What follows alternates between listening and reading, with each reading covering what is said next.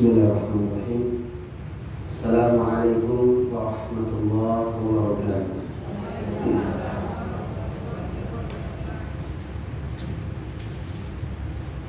Alhamdulillahilladzi arsala rasulahu bil huda wa dinil haqq liyudhhirahu 'ala ad-dini kullihi wa kafa billahi shahida. Asyhadu an la ilaha illallah wahdahu la syarika lahu iqraran bihi wa tauhidan. Wa asyhadu anna Muhammadan abduhu wa rasuluhu sallallahu alaihi wasallam tasliman mazida amma ba'd. Jamaah rahimani wa rahimakumullah. Segala puji hanya milik Allah Jalla wa Ala. Salawat beserta salam senantiasa tercurahkan kepada junjungan kita Nabi besar Nabi Muhammad sallallahu alaihi wasallam.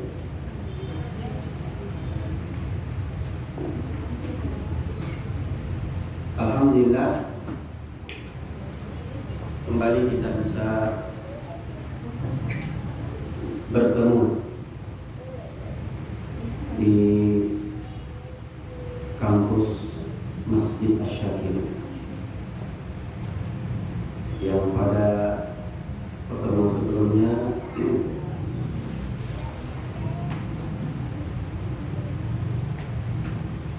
materi yang disampaikan itu tematik. Adapun sekarang kayaknya lebih serius, benar-benar seperti kampus. Ada kurikulumnya. Ya, ada kurikulumnya, dan di antara kurikulum yang akan kita pelajari bersama adalah Kitab Tauhid. Kitab yang membahas tentang masalah tauhid. Kenapa harus kita belajar tauhid?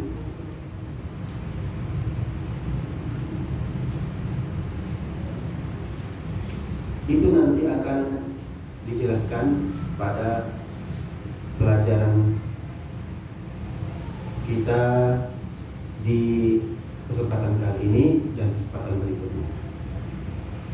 Yang menjadi rujukan kita dalam mempelajari tauhid adalah sebuah kitab karya Al-Imam Muhammad At-Tamimi. Nama kitabnya adalah Kitab Tauhid alladzi huwa haqqullah 'alal 'abid. Kitab Tauhid bagi mandal, ya, tauhid. Kitab Tauhid yang tauhid itu adalah haknya Allah, alladzi huwa haqqullah, yang mana tauhid itu adalah haknya Allah, 'alal 'abid, yang harus ditunaikan, ya,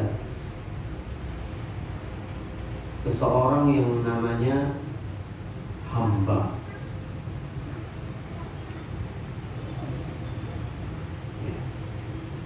Nah, ini makna dari kitab yang akan kita pelajari.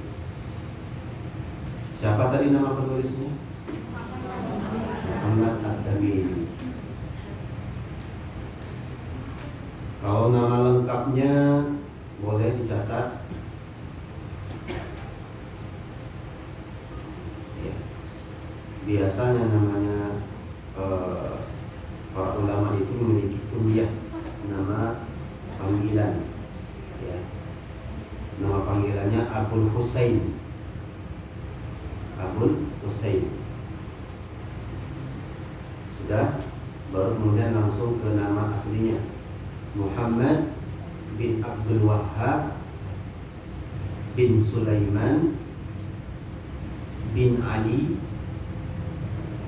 bin Muhammad bin Ahmad. Nah, itulah kelebihannya mereka, orang-orang Arab daripada kita. Kalau kita kan taunya nama saya, nama bapak saya, nama kakek kakek gantok. Gitu ya. Iya harus, jadi nggak masalah. Ini kan tadi katanya minta nama lengkap. Ya, Muhammad nggak mesti dihafal, catat aja. Muhammad bin Abdul Wahab bin Sulaiman, sudah, bin Ali bin Muhammad, ya Muhammad lagi, bin Ahmad, terakhir bin Rashid.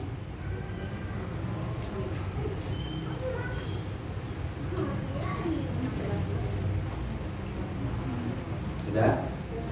Terus tamiminya mana Ustaz? Nah, terakhir at-tamimi. Jadi tamimi itu bukan nama, maksudnya bukan nama dari datuk-datuknya, bukan. At-tamimi. Mungkin ada yang bertanya, tamimi itu apa Ustaz? Ya, disebutkan tamimi itu adalah kabilah, atau bahasa kita itu suku. Ya, suku Tamim, sebuah kabilah. Tahu nggak jamaah? Ternyata suku Tamim ini itu memiliki keistimewaan. Yang mengatakannya adalah Rasulullah Sallallahu Alaihi Wasallam. Bisa kita lihat dalam riwayat yang disebutkan oleh Imam Bukhari dan Imam Muslim. Sahabat yang meriwayatkan adalah Abu Hurairah radhiyallahu taala anhu.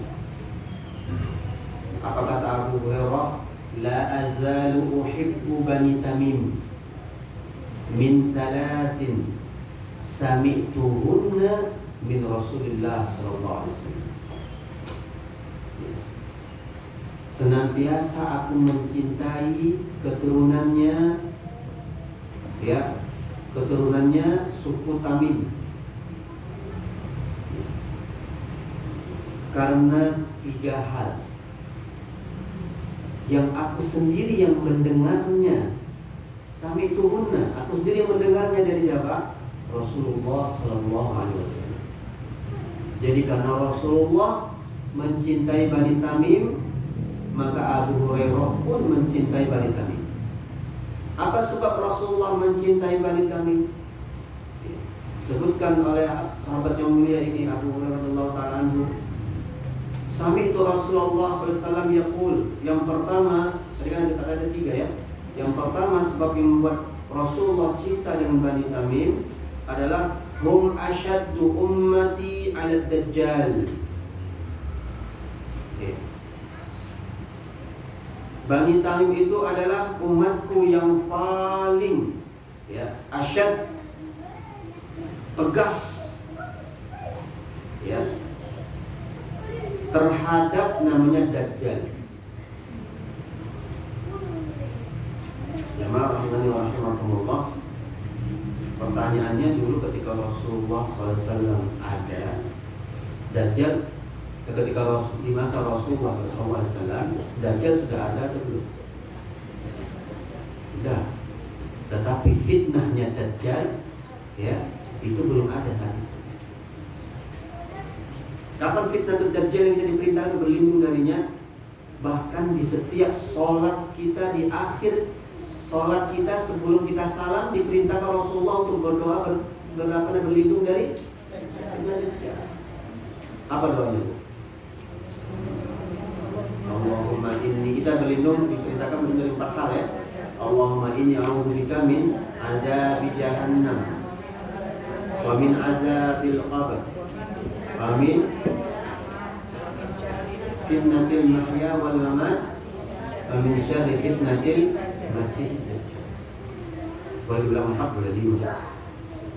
Berlindung dari azab jahannam, berlindung dari azab kubur, berlindung dari fitnah. Fitnah itu artinya ujian dan cobaan di dunia, ujian dan cobaan di akhirat, ya ibu, yang namanya ujian bukan hanya di dunia saja, di akhirat pun ada ujiannya, ya kan? Ujian di dunia contohnya adalah misalnya ujian dari yang kita terima dari semenjak kita SD, itu ujian. Ujian dunia itu betul tidak? Ya. Kan teruji dari situ mana yang jujur, mana yang curang, gitu. Ketika ujian, yang curang adalah yang biasa bawa kopean. Kan teruji di situ kejujurannya, ya kan? Itu termasuk ujian. Ketika sendiri kita pun juga diuji. Diuji dengan apa? Diuji dengan jiwa kita sendiri. Inna nafsa la'ammaratun bisu'. Jiwa itu mengajak kepada yang buruk. Jadi jiwa kita ini, Bu, kalau kita ikutin ya maunya dia, ya udah nggak ngaji, Bu. Ya kan? Kalau jiwa kita enak ngapain? Di rumah sambil nonton TV, di rumah leha-leha, bersantai-santai, healing-healing, atau mengaji. Kalau ditanya jiwa, ngapain ngaji? Itu kalau ditanya ke jiwa. Nah itu kepada diri sendiri itu ujian. Berarti ibu pada hari ini sudah berhasil mengarahkan jiwa ibu untuk pada yang baik. Ditambah lagi ada namanya apa? Faktor eksternal. Ada sana makhluk ya yang namanya korin. Nah, setiap jiwa itu, setiap orang itu ada korinnya. Bahkan Nabi pun ada korinnya. Hanya saja korinnya Nabi SAW telah Allah tundukkan ya, sehingga dia terarahkan. Nah kita ini sekarang nggak ada yang menundukkan, ya kan? Korin itu dia akan tunduk ketika kita bisa menundukkan jiwa kita. Dan dia pun akan akhirnya ya tidak bisa terlalu berbebas untuk mengarah atau mengajak kepada yang benar. Baik, jemaah rahimani wa rahimakumullah, ujian di dunia dan juga ujian di akhirat. Ibu ketika malaikat maut datang menjemput ketika sakaratul maut, ya, itu ujian yang paling berat. Di situ setan berusaha semaksimal mungkin agar kita ya su'ul khatimah. Agar jangan sampai ucapan yang terakhir kita ucapkan adalah la ilaha illallah. Itu perjuangan mati-matian sih kalau bilang psikolog kita, mati-matian situ. Setelah meninggal pun itu kita masih ada ujian lagi. Di mana? Alam barzakh, alam kubur. Ada pertanyaan kan? Rabbuka wa ma dinuka wa ma nabiyuka. Ditanya. Ada ujian lagi. Bedanya kalau ujian di dunia kita bisa bawa contekan.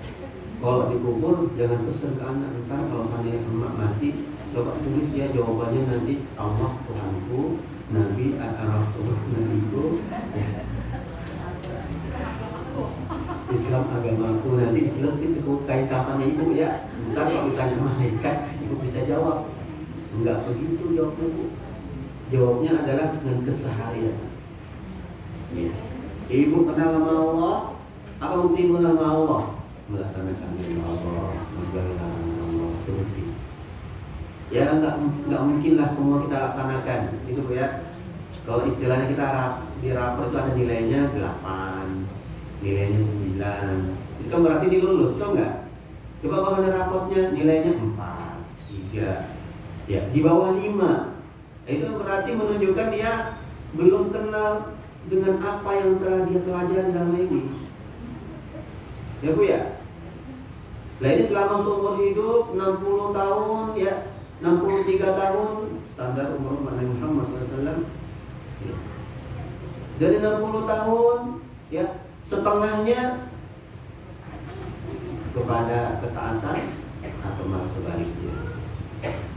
Walaupun setengahnya aja, nah itu namanya apa? Ashabul A'raf. Tahu Ashabul A'raf? Ashabul A'raf itu orang yang setengah-setengah nih, ya kan? Nanti kemudian dia akan diuji. Nah, nanti kemana nih dia nanti?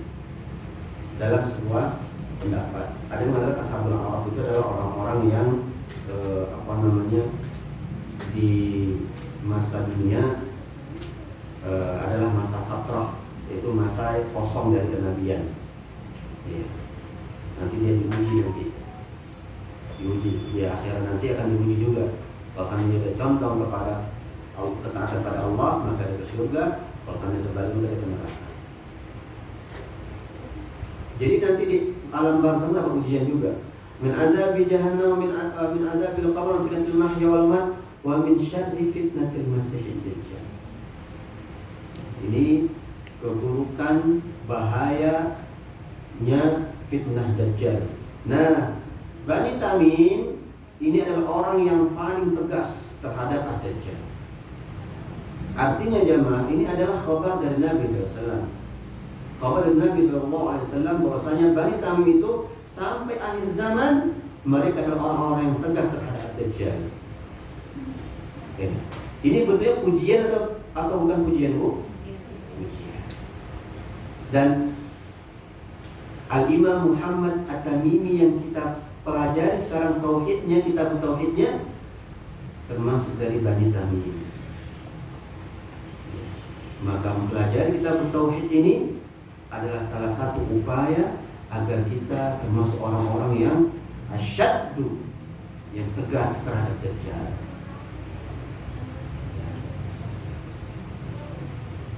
Jadi kalau ingin doa kita selama ini setiap kali selesai sholat atau setiap kali sholat sebelum salam terhindar dari fitnah dan fitnahnya dajjal, maka jamaah bisa jadi ini Allah kabulkan nih kita. Betul tidak?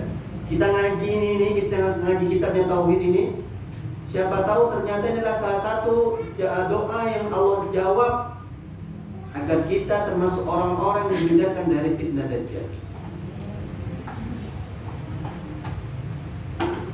Paham maksud saya? Karena sekali lagi ya, kita mempelajari tauhid yang menulisnya adalah orang dari kalangan Bani Tamim yang direkomendasikan tazkiyah Rasulullah SAW. Ya, Rasulullah mencintai Bani Tamim. Di antara alasannya karena Bani Tamim itu adalah orang yang sangat tegas terhadap dajjal. Ya. Ini yang pertama. Yang kedua,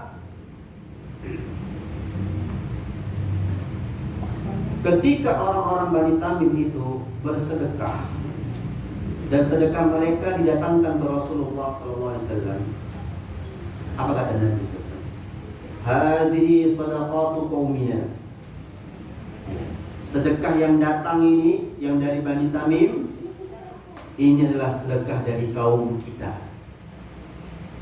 Rekomendasi dari Nabi SAW, Bani Tamim secara lisan terucap langsung dari lisan Rasulullah SAW adalah kaum kita.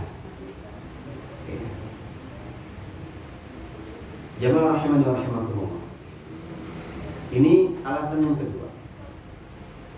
Ya. Alasan yang ketiga yaitu apa yang didatangkan kepada Ibunda Aisyah radhiyallahu taala anha, seorang budak. Maka ketika tahu ternyata budak wanita ini adalah dari kalangan Bani Tamim, maka Rasulullah SAW mengatakan kepada Ibunda Aisyah, "I'tiqiha," langsung merdekakan dia. Fa innaha min waladi Ismail, karena sungguhnya dia termasuk dari keturunan Nabi Ismail alaihissalam. Jadi Bani Tamim itu, ya, suku Tamim termasuk keturunan Nabi Ismail alaihissalam.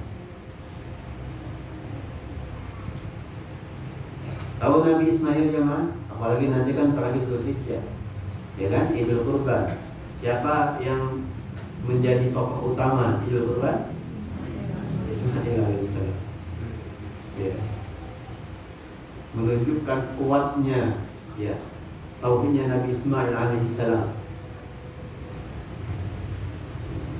pasrahnya beliau, dan itu adalah inti dari Islam. Apa arti Islam juga? Pasrah, menyerahkan diri. Nabi Ismail alaihissalam pada saat itu umurnya adalah umur masa-masa anak-anak yang sudah bisa untuk mandiri. Ya 17 tahun ke bawah. Kalau orang Arab dulu ya sudah beda ya Pak ya, Ibu ya. Ya umurnya. Nabi Ibrahim bilang, ya, inni ara fi manam, ya, sesungguhnya aku melihat, ya, mimpi di dalam tidurku, ya, anni adzbahu, bahwasanya aku itu diperintahkan oleh Allah untuk menyembelihmu. Ya, apa kata Ismail? Ya abati al-ma tara, wahai ayahku, lakukan apa yang Allah perintahkan dalam mimpimu itu. Ya. Ibu ada yang punya anak umur 15 tahun, 16 tahun? Hah? Banyak? Ada. Nah, nanti pulang bilang, nah, aku tadi malam mimpi dari Allah suruh menyembelih kau. Datang si anak, ya ummi fa'ali ma tu'mar, wahai ibuku, lakukan apa yang Allah perintahkan kepada engkau. Ini berarti ibu sama anak sama-sama sama-sama ngablu bahasa. Kamu ngablu. Kalau ngablu di sini apa istilahnya? Betawi? Hah? Apa ngelindur atau apa? Ngaco apa? Ya itulah. Ya. Yang pertama si ibu. Ibu kalau melihat dalam mimpi ibu, wahai Fatimah, atau bahasa wahai Fatimah, apalagi ngomong gini, hai Fatimah. Dalam mimpinya ngomong, hai Fatimah, aku adalah Allah, katanya.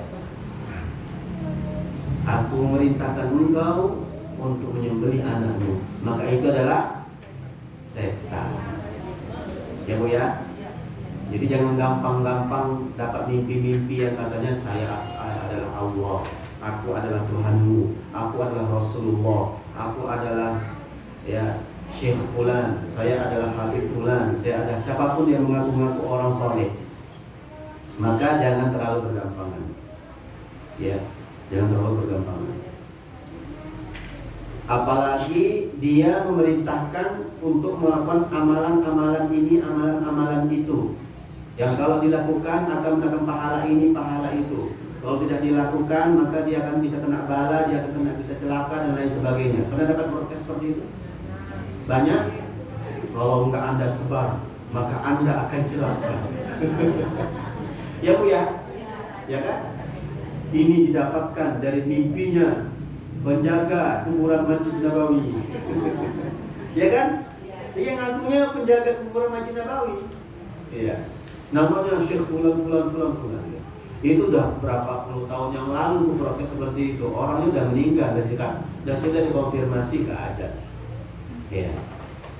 Yang menjaga kuburan Nabi itu bukan orang sembarangan. Ya.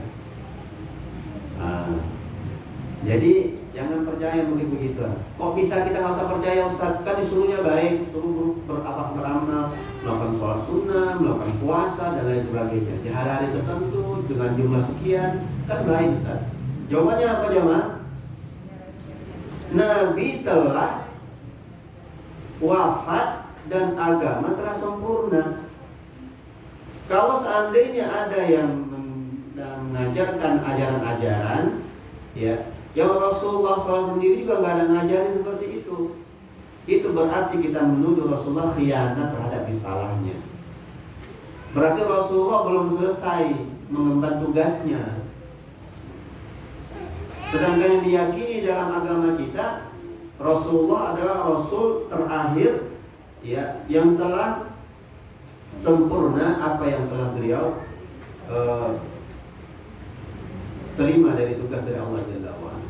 Apa dalilnya? Dalilnya apa Bu? Al-yawma akmaltu lakum dinakum wa raditu lakumul Islam. Hari ini pada haji wada, haji perpisahan, telah kusempurnakan ya untuk kalian agama kalian, dan telah aku sempurnakan pula nikmatku atas kalian, dan aku telah ridhoi Islam sebagai agama kalian. Sudah selesai. Ya, ini tidak ada lagi ajaran-ajaran yang lain. Dan yang berhak mengatakan ini berpahala kalau dilakukan, ini akan mendapatkan ganjaran ini dan itu, kalau tidak dilakukan maka dia akan mendapatkan ya sanksi ini dan itu. Yang berhak mengatakan seperti itu siapa? Allah dan Rasulnya. Adapun selain Allah yang mengatakan seperti itu, maka dia telah memposisikan diri dia setara dengan Allah Subhanahu wa ta'ala. Makanya para dukun-dukun itu mereka musyrikun, orang-orang pelaku syirik. Kenapa? Karena mereka memposisikan diri mereka dengan Allah Subhanahu wa ta'ala. Mereka mengakui, mengklaim bisa melakukan ini dan itu, mengetahui ini dan itu, yang hal tersebut hanya Allah yang tahu. Ya kan? Iya. Itu si Rara Mula lagi. Itu nanti anaknya Ridwan Kamil, si Emil rahimahullah, itu nanti akan ketemu 8 jam lagi setelah dia berkenalan. Pula 8 jam, 12 hari baru ketemu. Itu dukun-dukun gak usah percaya. Tidak. Dia bukan agama Islam, tapi dia mengatakan Allah Subhanahu wa ta'ala. Apa itu? Gak usah percaya lagi bu sama gitu bu. Malah mau dipolisikan, dukun bu, paling mau dipolisikan. Dukun seperti itu. Makanya jangan ya. Jadi kalau kita dapat mimpi-mimpi seperti itu, jangan, tidak usah.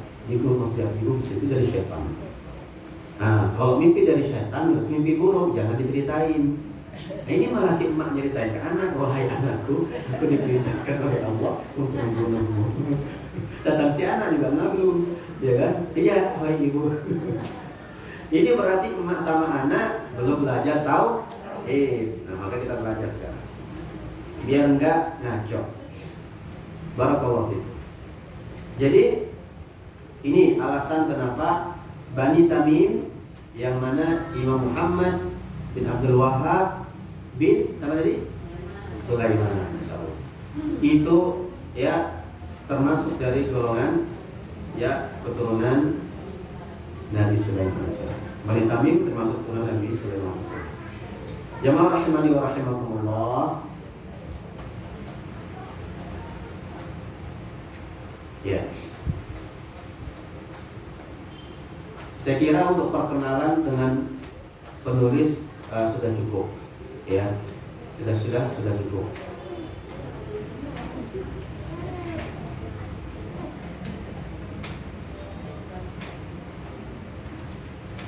Negara-negara Arab yang makmur sekarang, ya, ini kita langsung aja melihat asar, ya, asar itu adalah pengaruh dari dakwah tauhid Syekh Muhammad Tamimi, ya.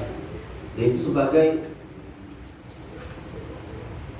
bentuk karunia, salah satu karunia Allah Subhanahu wa ta'ala, yang juga merupakan doa dari Nabi Ibrahim alaihissalam. Ya. Apa doa Nabi Ibrahim alaihissalam ketika beliau berada di depan Ka'bah bersama Nabi Sulaiman alaihissalam?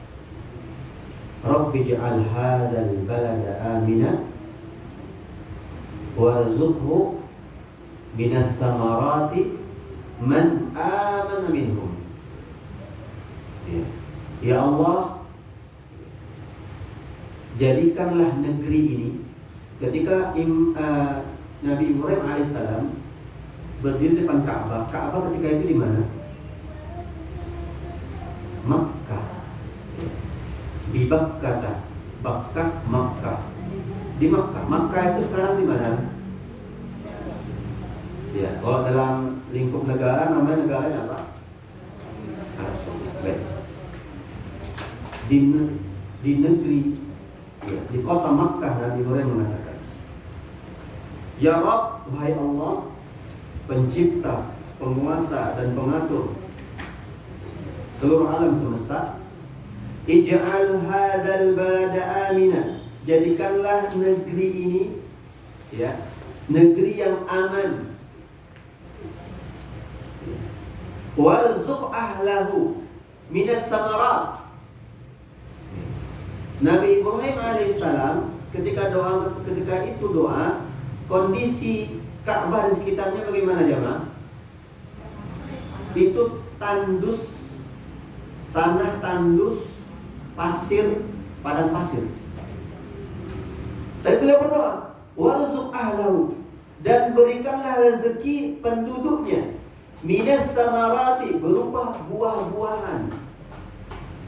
Ya, minas samarati, dan disebutkan di sini ya, man amana minhum, siapa di antara penduduknya tersebut beriman dengan Engkau wahai Allah. Sekarang Ibu, buah apa yang enggak ada di Arab Saudi?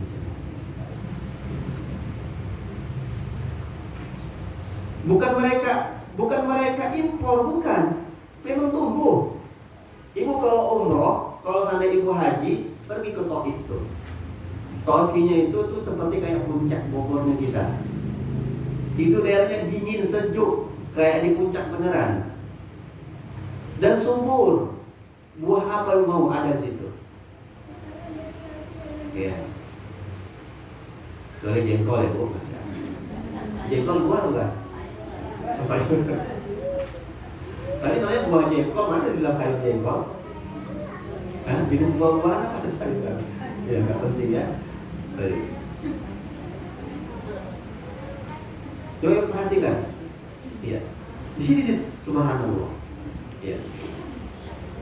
Negara yang di sana mereka menjunjung tinggi yang nama tauhid, makmur, aman, sejahtera, sentosa.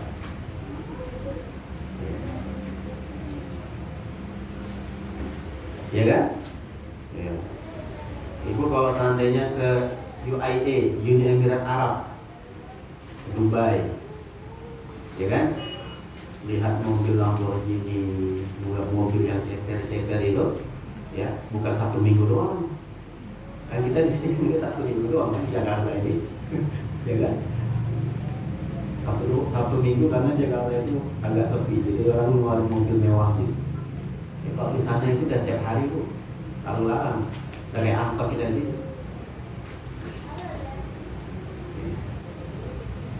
Kemarin itu ada permintaan dari Kemenak untuk jadi imam masjid di Uni Emirat Arab. Jadi semua masjid-masjid yang Emirat Arab tuh diminta dari Indonesia yang jadi imamnya. Kenapa? Karena orang sana ya tahu sendiri. Kalau biasanya apa namanya, putra daerah itu agak nggak mau terikat, tahu ya? Kalau jadi imam masjid kan terikat ya Bu ya. Harus imamin situ subuh, zuhur, asar, maghrib, isya gitu ya. Orang nggak maunya santai, kenapa? Duitnya banyak. Iya.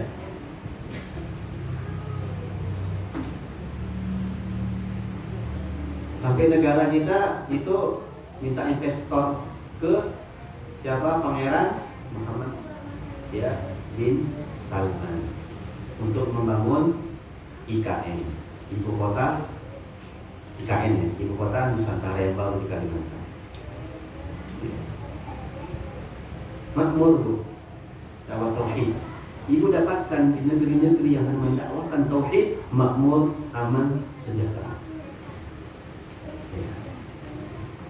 Dan itu termasuk dari doa Nabi Ibrahim alaihissalam, Rabbi ja'al hadzal balada amina warzuq ahlahu minats thamarati man amana minhum, yang beriman dengan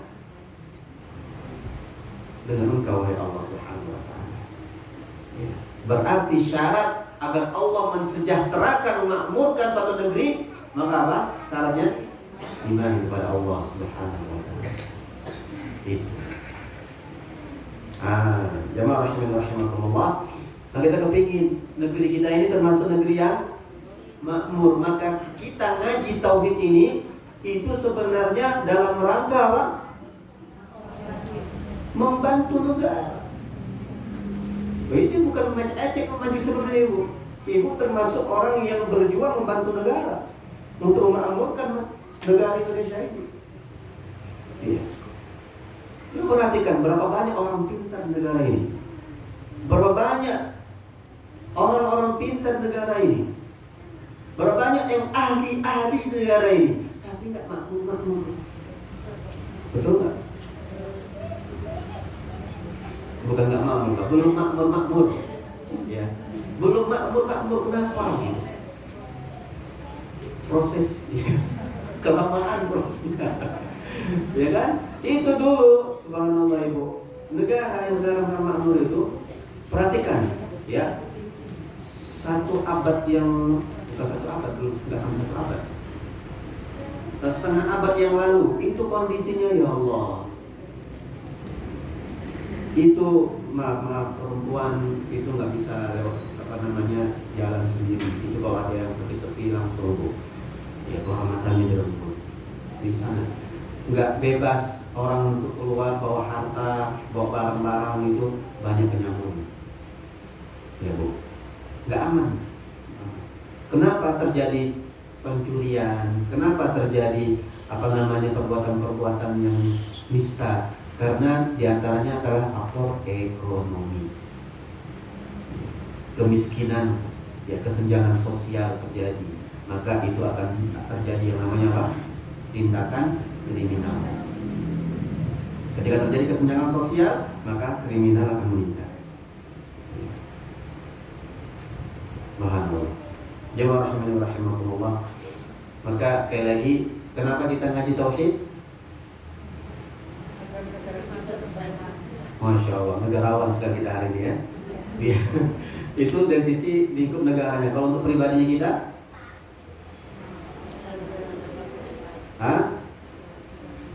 untuk pribadinya kita sejahtera, betul ibu. Sejahtera di dunia dan akhirat. Baik. Selesai kita perkenalan dengan penulis kitab Tauhid allati haqqullah 'ala al-'abid. Ya. Dan kayaknya hari ini materi kita hanya perkenalan saja. Waktu kita sudah habis soalnya. Sampai jam 10 kan? Hah?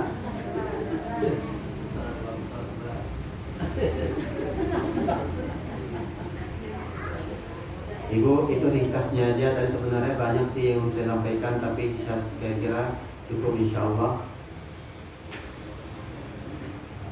Ya, kita akan langsung masuk di pembahasan yang pertama, Kitab Tauhid.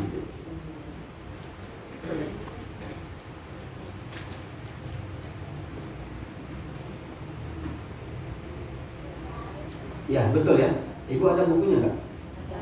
Ada. Langsung pembahasannya apa? Kitab Tauhid.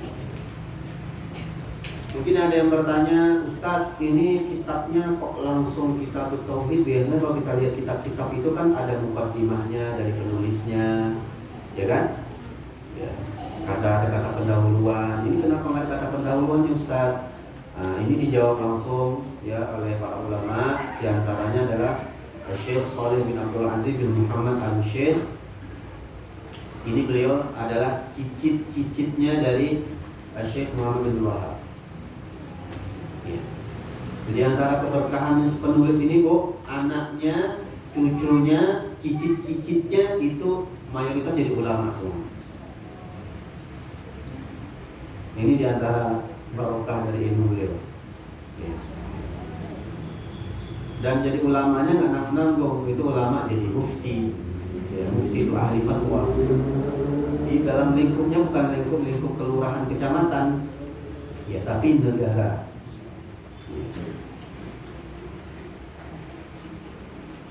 Kalau seandainya mufti sudah mengatakan hukumnya adalah ini, ya kan, maka itu semua umat Islam di negara itu manut, ya, manut.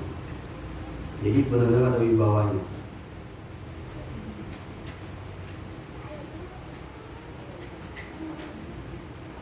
Baik. Kata Syekh Abdul Aziz atau Syekh Shalih bin Abdul Aziz Al-Syekh, ya, kenapa di sini disebutkan bahwa beliau tidak memberikan muqaddimah. Kata beliau, jamaah rahimani wa rahimakumullah, karena beliau itu secara zahir, kata beliau, ingin mengikuti Al-Imam Bukhari rahimahullah. Ibu pernah dengar nama Imam Bukhari? Ya. Siapa beliau?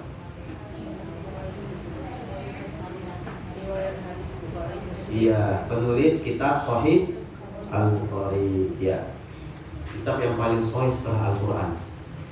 Ya. Di mana kitab tauhid ini yang dibahas tentang Allah Subhanahu wa taala. Dan beliau langsung membawa ayat di sini, firman Allah Subhanahu wa taala. Dan di antara karunia Allah berikan pada beliau bahwa tidak boleh mendahulukan ucapan orang lain sebelum ucapan Allah dan Rasulnya. Maka beliau tidak mau memberikan pendahuluan pada kitabnya dengan ucapan beliau, baru kemudian ucapan Allah Subhanahu wa taala. Imam Bukhari juga demikian.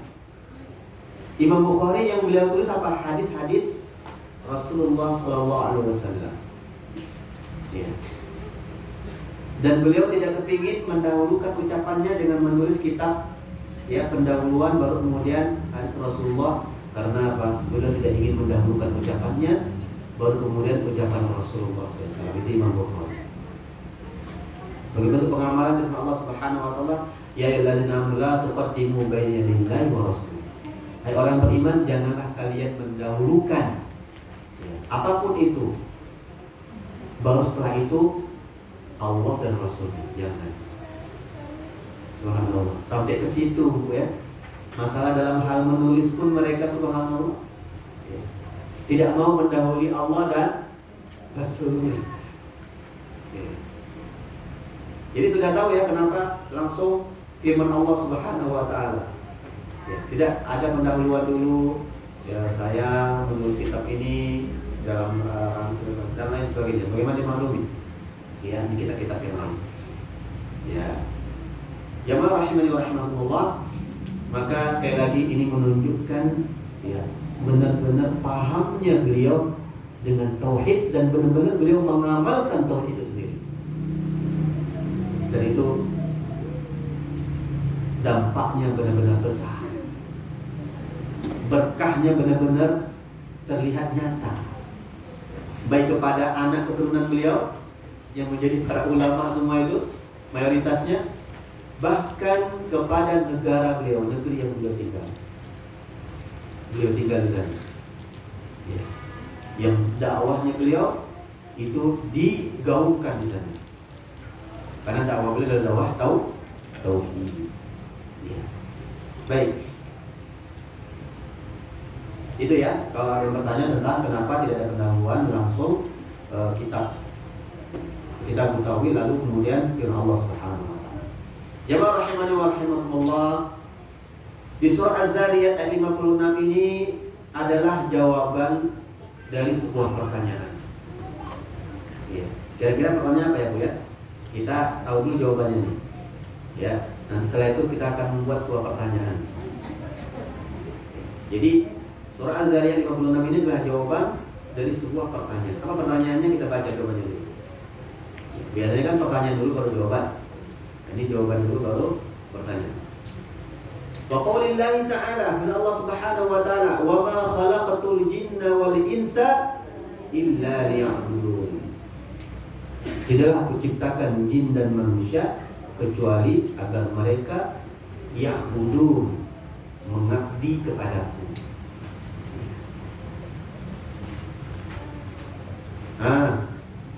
Sudah tahu? Ini jawabannya. Sudah tahu pertanyaannya apa?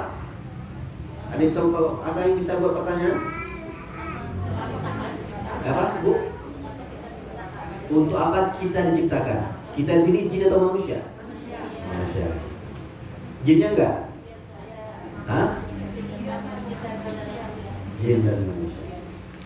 Ya. Jadi pertanyaannya, untuk apa jin dan manusia diciptakan? Jawabannya agar ya'budun, beribadah kepada Allah Subhanahu wa ta'ala. Baik, sudah tahu kita alasan kenapa kita diciptakan. Sekarang ada sebuah jawaban dalam surah An-Nahl. Silakan nanti persiapkan bentuk pertanyaannya. Ayat 36, An-Nahl 36. Allah berfirman, "Wa laqad ba'atsna fi kulli ummatin rasula an i'budullaha wajtanibut taghut." Dan sungguh benar-benar kami telah mengutus di setiap umat seorang rasul, yang rasul itu berseru, "Ani'budullah," sembahlah Allah saja, dan jauhilah yang namanya taghut. Ada yang bisa buat pertanyaan dari ayat ini?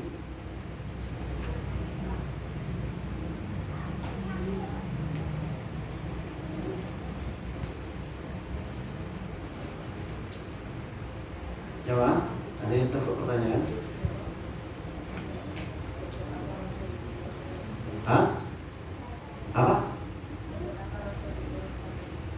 Untuk apa Rasul diutus? Pertanyaan bagus. Iya. Jawabannya apa? Untuk apa tadi pertanyaannya beliau buat? Untuk apa para nabi diutus? Jawabannya apa? Walakot. Apa tujuannya? Untuk apa Rasul diutus? Betul sekali. Agar mereka menyerukan, mendakwahkan, ya kan? Mengajak, mempromosikan, apapun itu bahasanya, agar hanya beribadah kepada Allah dan menjauhi taghut. Ya. Ibu, berarti menjauhi taghut itu termasuk dari bentuk beribadah kepada Allah. Ini dari hal yang umum menjadi yang khusus, dari yang umum jadi yang lebih terperinci. Ini biasa dalam ayat, ya Bu ya. Tadi kan di ayat pertama disebutkan hanya untuk beribadah pada Allah saja. Di ayat berikutnya di surah An-Nahl 36 disebutkan, ya, ada tambahan apa itu? Wajtanibut taghut. Ini menunjukkan bahwasanya seseorang belum beribadah kepada Allah kalau dia belum menjauhi namanya taghut. Ustaz, taghut itu apa Ustaz? Mungkin ada yang bertanya. Jawabannya adalah kata Syekh Shalih Abdul Aziz Al-Syekh, taghut itu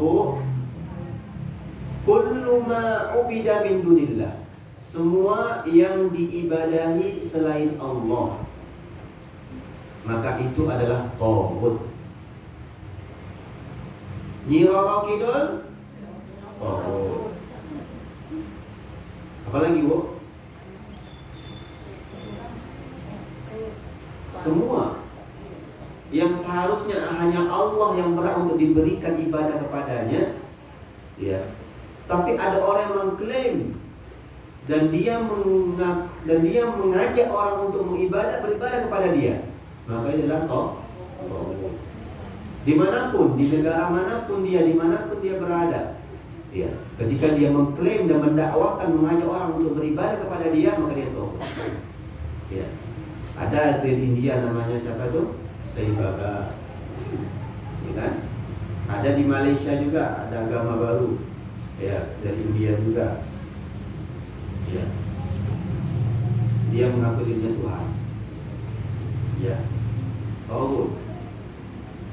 Jadi sudah tahu apa itu taghut, Bu? Apa yang diibadahi selain Allah itu adalah taghut.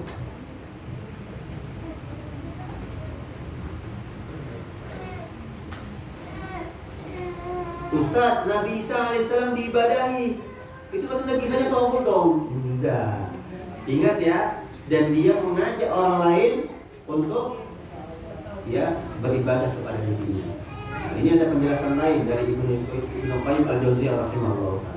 Yang menukar Al-Ghazali rahimahullah ta'ala memberikan definisi lebih detail lagi, mengajak dan dia mengajak dan dia ridha.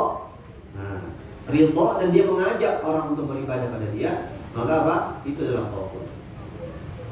Nabi Isa enggak. Iya. Nabi Isa AS mengatakan apa? Iya.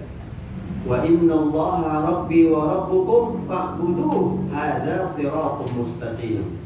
Dalam surat Maryam, Nabi Isa mengatakan sesungguhnya Allah adalah Rabbku. Kemudian apa kata Nabi Isa? Fa'buduh, maka sembahlah dia saja. Hadza siratum mustaqim. Inilah jalan yang lurus. Ya. Sudah? Selesai. Sudah ada berapa pertanyaan kita? Ada 2. Pertanyaan pertama tadi apa? Kenapa manusia jadi diciptakan? Jawabannya? Dalilnya? Masya Allah. Wa khalaqtul jinna wal insa illa liya'budun. Surah Ad-Dzariyat 5. Pertanyaan kedua tadi apa, Bu? Untuk apa para rasul diutus? Jawabannya?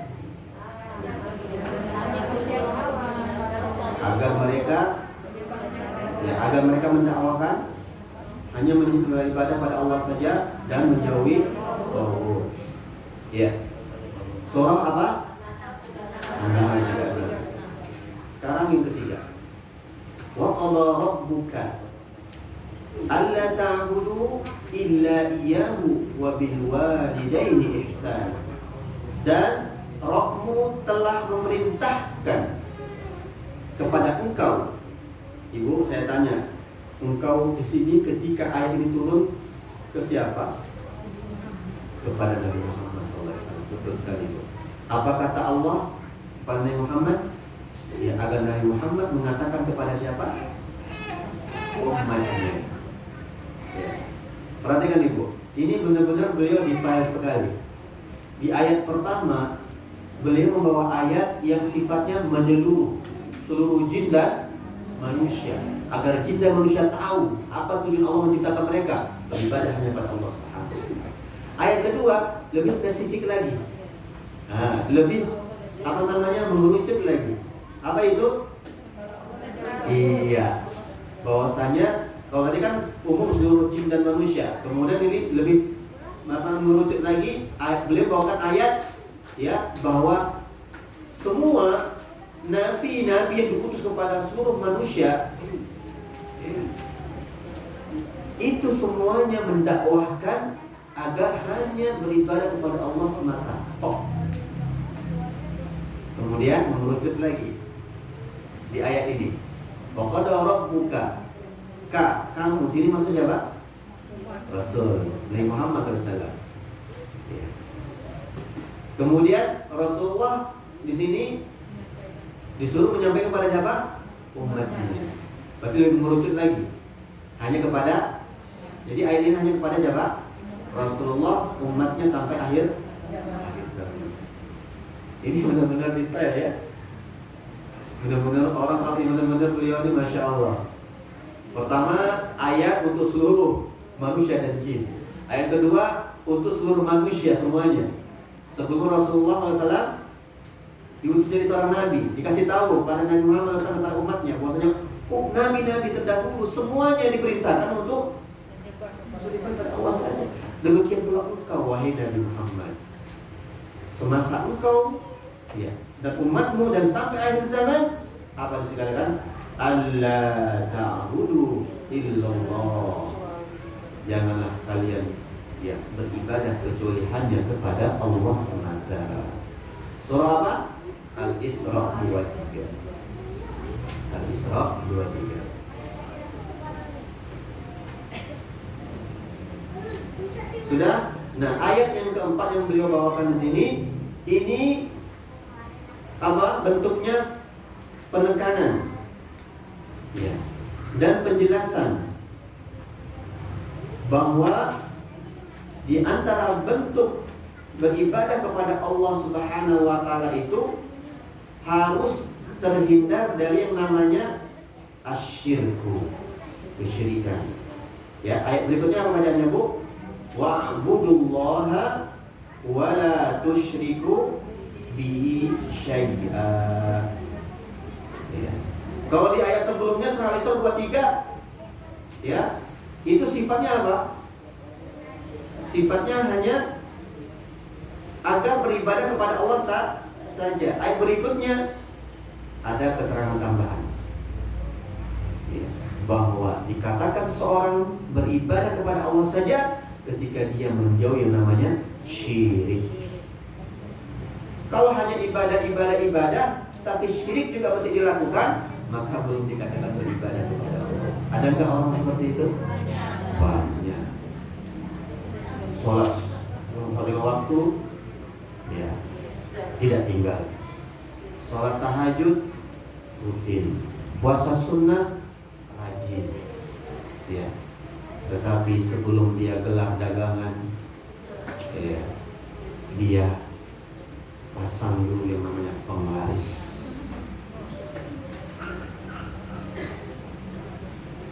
Sebelum dia datang ke pasar, buka tokonya dia di pasar, ya, dia siram dulu dengan air apa nggak tahu lah pokoknya. Tapi dia meyakini dengan air tersebut akan mendatangkan penglaris. Kalau ada orang yang nggak punya niat jahat sama dia, akan balik kepada orang itu dengan kasih air itu. Dari mana dapat air itu? Saya dapat air itu.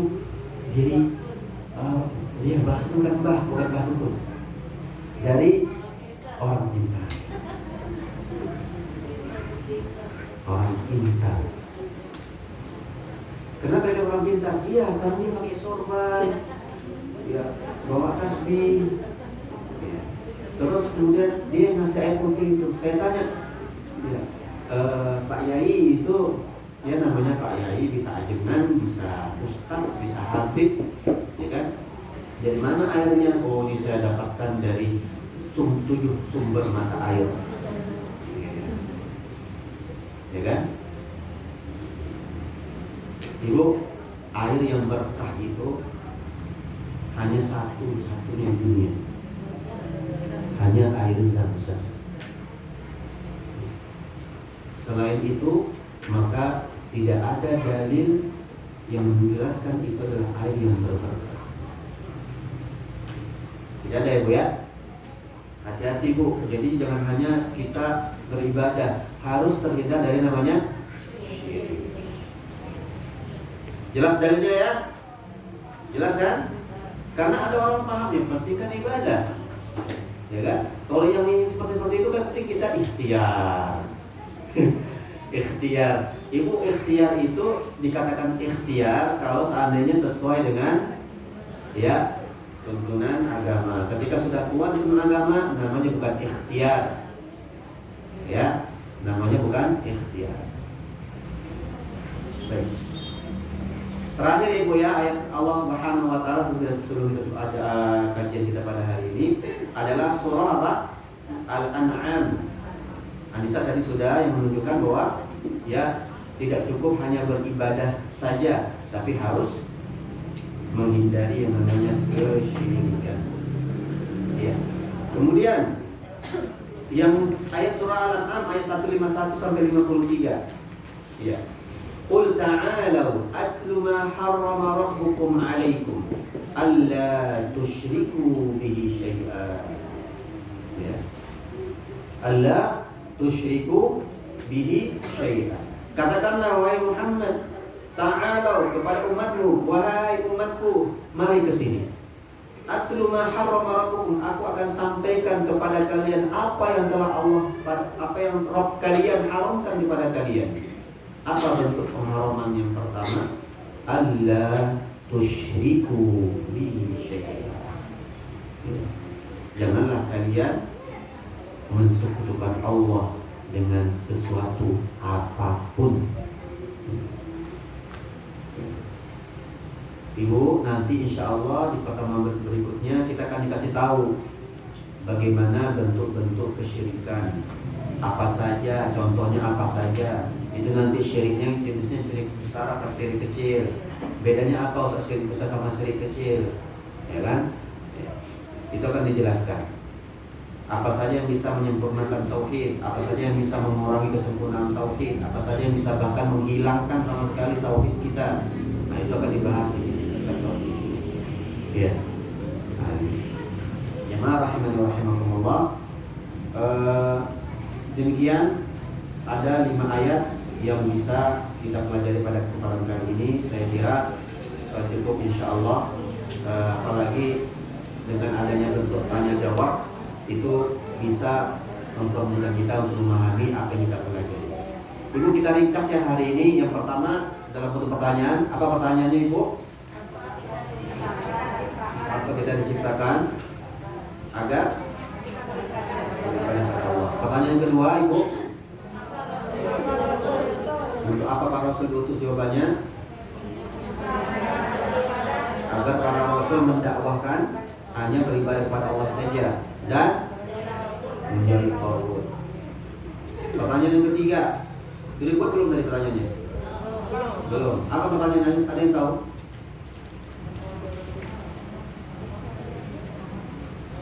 Apa pertanyaannya?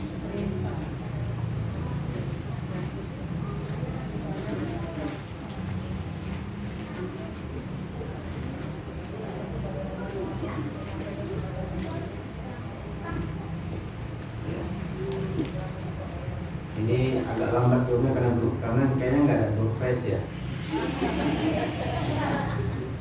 Iya. Ini. Jadi mungkin belum disiapkan, berarti pertanyaan berikutnya siapkan Ibu ya. Pertanyaan ketiga Ibu, saya bantu. Ya.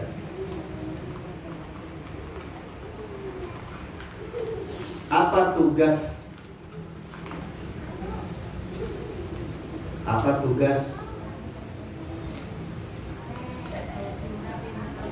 betul sekali.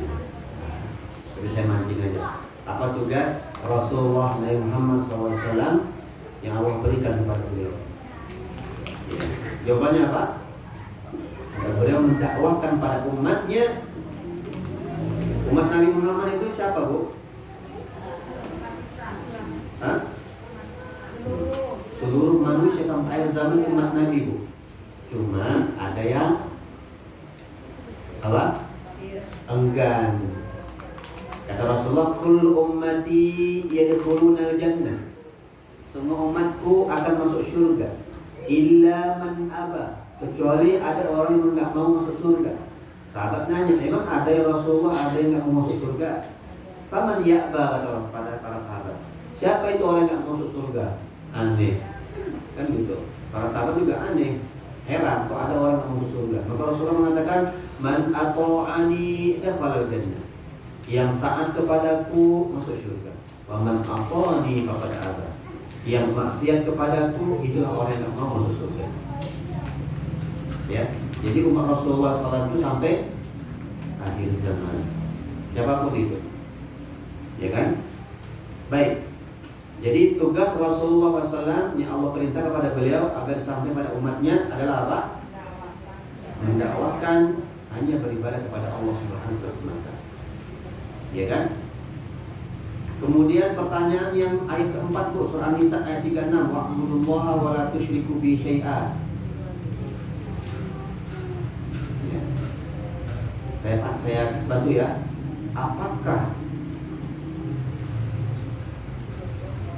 Apakah cukup? Terus silakan, saya pancing sedikit. Apakah cukup? Betul sekali. Apakah cukup kita beribadah saja kepada Allah? Makanya jawabannya apa? Tidak cukup. Harus. Jawabannya apa? Harus juga menjauhi syirik.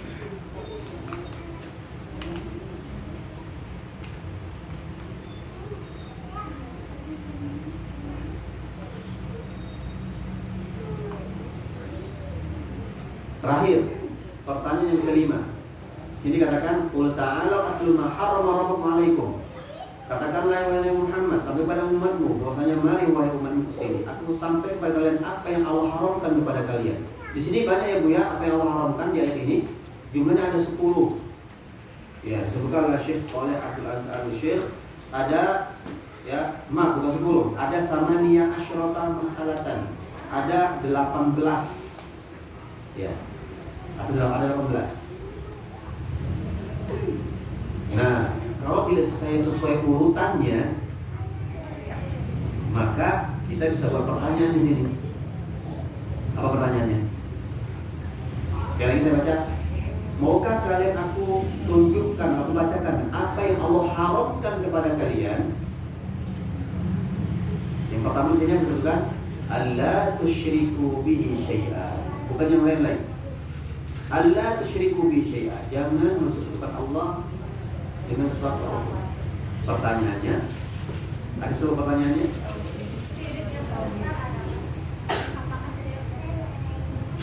Apa? Betul. Apakah yang pertama kali Allah haramkan? Nah, gitu. Dari semua keharaman-keharaman, semua larangan-larangan, ya. Yang pertama kali Allah haramkan pada diri kita apa itu? Jangan mensekutukan Allah dengan sesuatu apapun. Di pertanyaan tadi, apa yang pertama kali Allah haramkan? Jawabannya adalah syirik. Jangan mensekutukan Allah dengan sesuatu. Itu makna dari syirik. Ibu yang saya muliakan, jamaah rahimani wa rahimakumullah, insyaallah materi hari ini bisa dipahami? Saya alhamdulillah. Baik. Ada pertanyaan? Bisa waktu 5 menit. Jika ada silakan, baik itu sesuai dengan materi atau di luar materi, semoga Allah mudahkan saya berikan.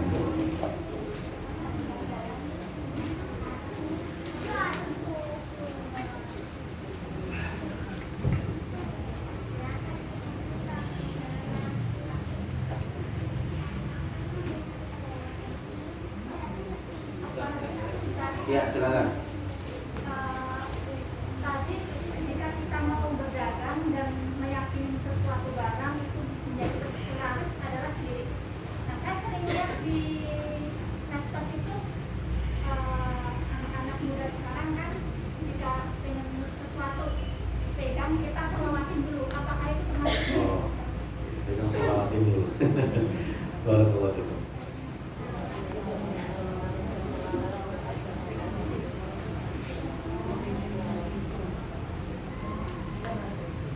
Pengertian dari syirik. Jadi kita kalau mau tahu menilai itu syirik tidaknya, kita harus tahu dulu ya definisi dari syirik. Ya, apa itu definisi dari syirik? Meyakini ada hal lain yang berbeda kecuali Allah. Apa ulangi? Meyakini ada sesuatu zat yang bisa membantu kecuali Allah. Baik, itu salah satunya. Ya, ada yang bisa membantu selain Allah. Ada yang lebih umum lagi biar mencakup semuanya. Mempersekutukan Allah. Ya, tapi dalam hal apa? Ya, saya ini aja lebih cepat ya. Sarful ibadah min khasa'isillah li ghairi. Ini gampangnya dari ringkasnya. Memalingkan ya bentuk peribadatan yang seharusnya hanya diberikan kepada Allah kepada selain Allah. Dipalingkan. Seharusnya itu hanya Allah yang berhak gitu. Tetapi hak Allah ini diberikan kepada selain Allah. Berarti ya kita harus tahu hak Allah itu apa saja. Ya kan? Yang mana para ulama mereka merangkum menjadi 3 hak Allah. Hak Allah dalam rububiyahnya, dalam masalah ya sebagai Tuhan. Rububiyah itu kalau bahasa kita itu Tuhan. Ya. Kemudian sebagai dalam hal peribadatan. Kemudian ketiga dalam hak Allah dalam hal nama dan sifat-sifatnya. Ya. Gitu ya. Ada yang bagian jadi 4. Zatnya, kemudian perbuatannya, ya, kemudian peribadatan kepadanya, kemudian asma dan sifatnya. Ada bahkan membagi jadi 2, ya. Ada yang membagi menjadi 2, yaitu apa? Zatnya dan perbuatannya. Jadi ini nggak ada masalah mau bagi 2, bagi 3, bagi 4, intinya sama. Nah, ini yang kita pelajari di sini. Jadi kita tahu nanti kita bisa ibaratnya kalau kemarin itu kita ketika corona ya pakai alat detektor itu. Nah, ibu kalau hanya pelajari kitab tauhid ini, ibu bisa mendeteksi. Nah, anak-anak muda sekarang yang kalau seandainya lagi mau bikin sesuatu selawatin dulu, itu termasuk ciri apa enggaknya. Nah, itu bisa dideteksi kalau seandainya sudah paham ya yang akan kita pelajari, kurikulum kita pelajari berikutnya. Cuma nanti karena ini butuh jawaban segera, kamu jangan nunggu nanti, ini mungkin bulan depan ya. Ya kan? Nah, bulan depan. Iya, kelamaan. Ya kan? Maka jawabannya apa? Nah, saya kasih tahu dulu tadi tuh. Segala sesuatu yang dipalingkan yang merupakan hak atau kekhususan Allah itu kepada selain Allah Subhanahu wa taala. Sudah? Baik. Kalau kita contoh yang pertama tadi yaitu menaburkan atau menuangkan air, ya kan? Maka karena ini masalahnya ibadah. Jadi setelah kita tahu makna syirik tadi, apa sih makna syirik, Bu? Memalingkan peribadatan yang seharusnya diberikan kepada Allah dipalingkan kepada selain Allah Subhanahu wa taala. Berarti kata kuncinya apa? Ibadah. Nah, sekarang ibadah itu artinya apa? Nah, itu lagi definisikan. Ibadah itu artinya apa? Ismun jami'un likulli ma yuhibbullah wa yarda. Segala ucapan dan perbuatan yang Allah cintai, Allah ridai, ya, yang tampak maupun yang tersembunyi. Ya, ucapan dan perbuatan. Baik. Nah, setelah itu kita mengetahui tentang makna atau definisi ibadah, ya. Sekarang kita lihat, ya, bahwa barometer ya ibadah itu ada di hati. Ya. Makanya disebutkan innamal a'malu binniyat. Setiap orang ketika berbuat pasti ada niat, maksud dan tujuannya. Motifnya apa dia berbuat seperti itu. Nah, setiap orang berbuat pasti ada maksud, betul? Pasti punya tujuan, betul? Ya, pasti ada motif yang memotivasi dia untuk melakukan hal tersebut, betul? Nah, sekarang tinggal kita tanya hati dia, maksud tujuan dia itu apa. Kalau yang nuang air tadi maksud tujuan dia agar ya dagang dia laris, ya, dagangan dia laris. Ya. Untuk bisa mendatangkan manfaat, melariskan dagangan, mendatangkan manfaat itu hanya Allah Subhanahu wa ta'ala. Tidak boleh selain Allah. Bahkan sekelas Nabi pun tidak bisa mendatangkan manfaat. Buktinya apa, Ustaz? Dia surah Al-Jin. Allah berfirman, "Qul inni la amliku lakum dharran wala naf'a." Katakanlah wahai Muhammad, sesungguhnya aku Rasulullah SAW tidak bisa menolak dari kalian bahaya dan tidak pula bisa mendatangkan untuk kalian manfaat. Bahaya kalau istilah kita tolak bala, segala macam bahaya, segala macam bencana Rasulullah nggak bisa tolak, ya. Wala naf'a, tidak pula bisa mendatangkan manfaat. Apa saja yang membuat kita senang, membuat kita bahagia, membuat kita manfaat? Di antaranya apa? Kalau para pedagang yang bermanfaat bagi para pedagang apa? Dagangannya habis, laris kan gitu. Ini Rasulullah ya nggak bisa bu, ya, gitu ya. Maka yang bisa siapa? Allah Subhanahu wa Ta'ala. Berarti kalau kita tahu bahwa yang bisa mendatangkan manfaat dan bisa menolak bahaya hanya Allah, berarti mintanya ke siapa? Allah. Tetapi yang tadi nabur, dia mintanya ke siapa? Mintanya ke siapa? Kepada selain Allah, jelas kan? Kepada siapa?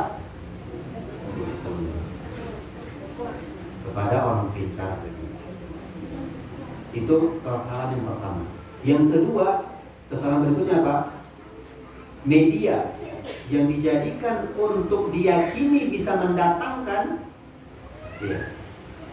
Media ini sifatnya apa? Mungkin mereka sebab ya. Saya nggak meyakini kok bahwasanya si orang pintar tadi bisa mendatangkan manfaat dan bahaya. Saya yakin kok Allah yang mendatangkan manfaat dan bahaya. Betul bu? Kalau ditanya, saya yakin kok Allah yang menghasilkan dengan saya. Cuma ini kan sebagai perantara saja, gitu kan? Ini kan sebagai perantara saja Pak. Ini kan ikhtiar saja Pak. Gitu kan? Alasannya? Gimana jawabannya?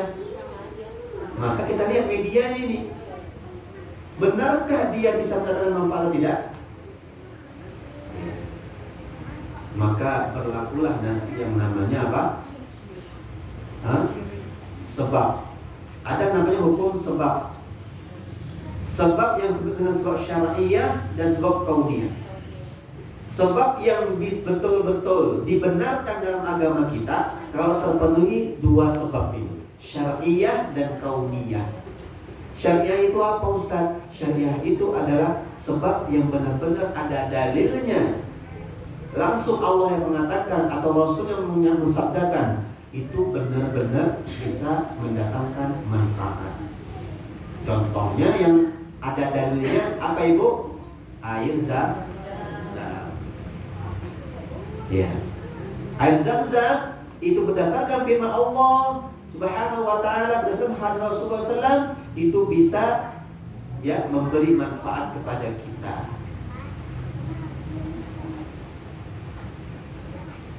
Ibu ya, ada dalilnya kan dalam Quran? Ada nggak dalilnya dalam Quran? Ada. Sudah. Yang kedua, ada sebab kauniyah. Apa itu sebab kauniyah? Kalau bahasa kita itu sudah teruji secara ilmiah. Sudah teruji secara ilmiah. Ada sesuai dengan sebab akibatnya.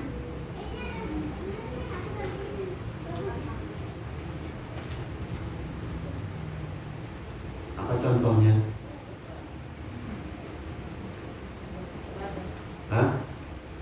Yang sesuai dengan soal ilmiah.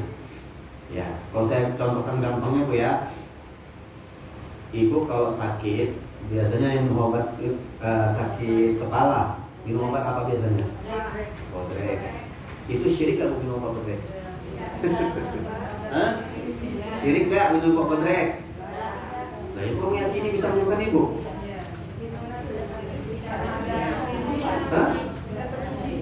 sebab ilmiah.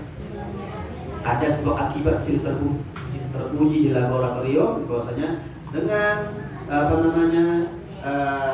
bahan kimia ini sehingga bisa meringankan rasa sakit, bisa menghilangkan rasa sakit, terbukti. Ini namanya sebab kauniyah. Ya. Batu ponari. Kita lihat nih, kita mau sekarang kita ingin menilai apakah batu ponari itu bisa terjadi kesyirikan orang yang percaya pada dia atau tidak. Maka ukur dengan dua tadi. Pertama, ada enggak dalil syar'i dari Al-Quran dan hadis bahwasanya nanti ada suatu masa ada anak kecil yang punya batu, kemudian batu tersebut disambar petir, lalu sama petir tersebut bisa mendatangkan manfaat bagi orang-orang yang menyemplungkan airnya dengan batu tersebut. Ada enggak dalilnya? Ada. Oke. Berarti nggak masuk. Berarti nggak sisa satu ya. Apa itu sebab kauni? Silakan dicek laboratorium.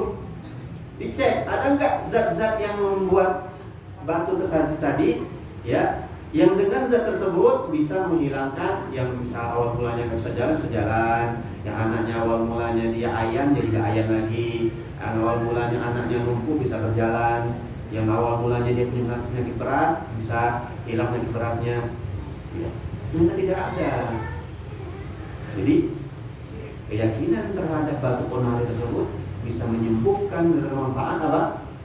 Syirik. Kita belum ke selawat tadi ya. Ini kita mesti ini dulu nih. Ya. Sudah tahu ya Bu ya? Nah, ini dua indikator. Nah, supaya kita bisa mengindikasikan itu syirik atau tidak. Yang pertama tadi apa? Sebab, masalah sebab ya. Ibu kalau seandainya dia meyakini bahwasanya benar-benar air ini yang bisa datang manfaat, ya, benar-benar air yang tadi itu bisa mendatangkan orang-orang untuk beli dagangan dia dan bisa menolak bahayanya, air itu dia yakini benar-benar bisa, ini jatuhnya syirkun akbar, syirik besar buat orang pelakunya keluar dari agama Islam. Tapi kalau seandainya dia meyakini, saya yakin Allah kok yang memberikan manfaat dan bahaya, saya yakin Allah kok yang bisa melancarkan dagangan saya yakin Allah kok yang akan menolak bala, tetapi ini hanya perantara saja, maka ini jadinya syirik kecil. Ya Bu ya? Paham ya? Ibu kita pun bisa jadi syirik kalau minum bodrek. Saya yakin bosnya bodrek inilah yang menghilangkan sakit kepala saya. Jadi syirik akbar, syirik besar. Ya, hati-hati. Ya. Saya kalau nggak sama dokter fulan nggak sembuh saya. Aduh, syirik besar. Saya kalau nggak dokter fulan, yang benar bagaimana? Saya kayaknya cocok sama ibu dokter fulan. Ya, resep dari dokter fulan kayaknya saya lebih cocok dengan resep dokter fulan. Kenapa? Satu, mungkin dia memang ahli di situ di bidangnya. Yang kedua, pengalaman di bidangnya. Ada pengalaman kerja dia jadi dokter, ya, dokter senior lah istilahnya gitu ya. Gak ada masalah. Saya kalau seandainya mau lahiran normal, maunya sama bidan yang di sana. Ya. Saya mau sebutkan nama bidan atau dibilang promosi. Ya, ada bidan di sana, senior. Ya. Mau melahirkan secara normal dan mau menciptakan anak perempuan. Yang lain bidan-bidan lain nggak mau. Ya. Itu syirik gak saya kepada dia? Enggak, kenapa? Karena dia bisa membantu dan memang dia ahli di situ. Jadi nggak setiap orang yang bisa menolong, bantu, kalau kita minta bantuannya, kita minta tolong sama dia dikatakan syirik. Paham Ibu ya? Baik. Nah, setelah tahu, sekarang kita kepada salawat. Nah, dari mana dia tahu bahwa bahwasanya dengan salawat bisa memudahkan dia untuk mendapatkan apa yang dia inginkan? Maka jawabannya tinggal kesimpulan tadi. Ya. Dari mana Anda tahu? Ya. Sebagaimana para salaf terdahulu pernah, ya, dia tersengat kalajengking. ya, lalu kemudian dia minta supaya orang meruqyah dia. Maka kemudian seorang tabi'in ini mengatakan apa namanya kalimatnya, nanti dalam kitab tauhid juga ada.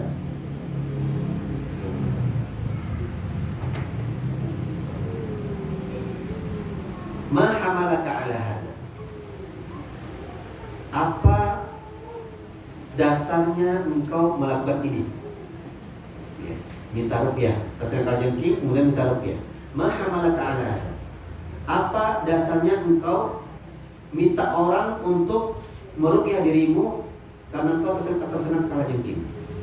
Maka dia menyampaikan hadis haddatsana Sya'bi, sebuah hadis ya, menceritakan pada kami Sya'bi kemudian dari Rasulullah SAW, ya, dari seorang sahabat ini mengatakan bahwa Rasulullah bersabda la ruqyata illa ya minhuma, tidak ada ruqyah kecuali pada orang yang terkena demam atau karena tersengat hewan berbisa. Ya. Qad ahsana man istama ila masani. Maka seorang tabi'in mengatakan sungguh alangkah bagusnya seseorang memiliki dasar ketika dia beramal. Nah, sekarang kita tanya kepada orang yang tadi dilawatin, man hamalaka ala hada, wahai pemuda, apa alasan engkau ketika engkau menginginkan sesuatu engkau salawatin, apa alasannya? Nah itu, apa dasarnya? Tanya kepada pemuda tersebut. Ya. Kalau dia mengatakan saya pernah baca hadis dari Nabi SAW, ya, barang siapa yang mensalawati sesuatu maka dia akan dimudahkan untuk mendapatkan sesuatu tersebut. Ada nggak hadisnya? Karena kita harus menimbang tadi dengan dua tadi kan, sebab secara syar'i dan sebab secara kauni. Gitu. Karena ini sifatnya sholawat, pasti harus ada sifatnya ibadah. Ibadah harus terdiri dari apa? Al-Quran dan As-Sunnah. Gitu. Nah, itu dari pertanyaan pertama. Ya. Pertanyaan yang kedua,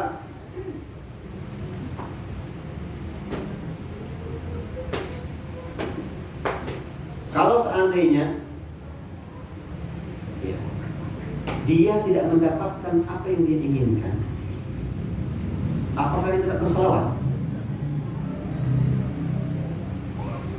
Bu? Karena kebanyakan orang mau selawat karena ada.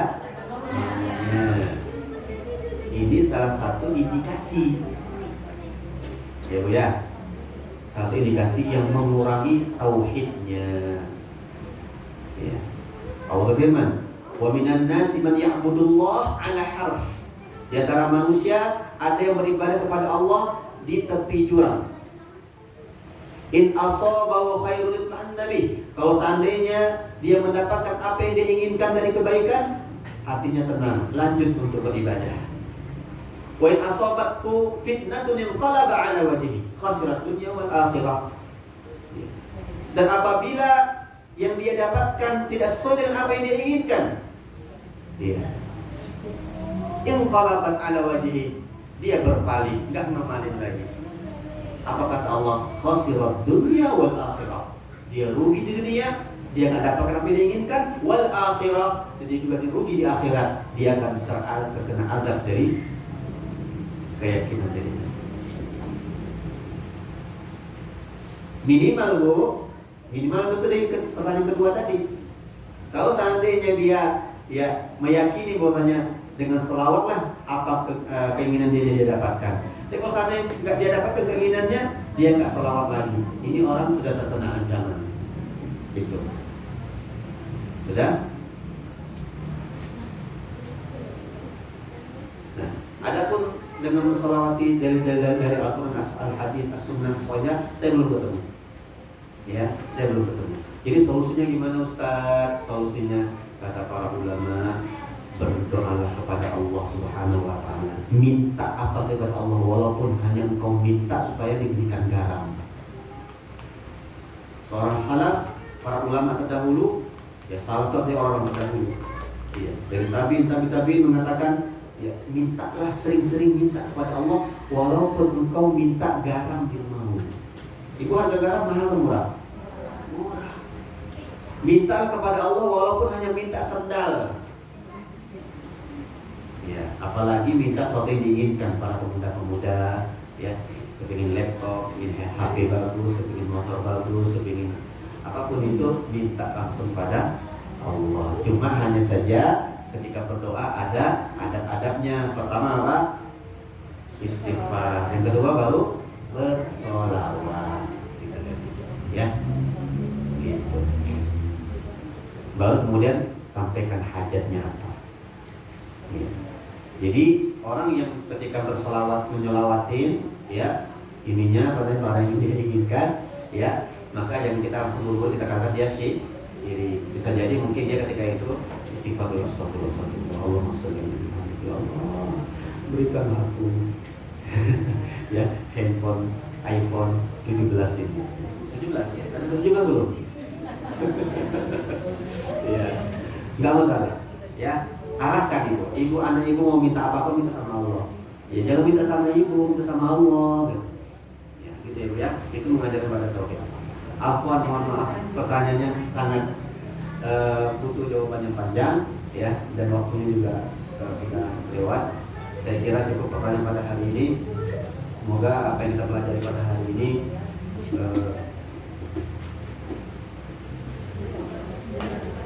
diberikan oleh Allah Subhanahu wa taala keberkahan dan hanya mengharap dari Allah Jalla wa ala sehingga menjadi pertimbangan kebaikan kita di amal di akhirat dan di akhir alamin. Nakhatim bi qawli majlis subhanallahi wa bihamdihi asyhadu an la ilaha illa anta astaghfiruka wa atubu ilaik. Wassalamualaikum warahmatullahi wabarakatuh.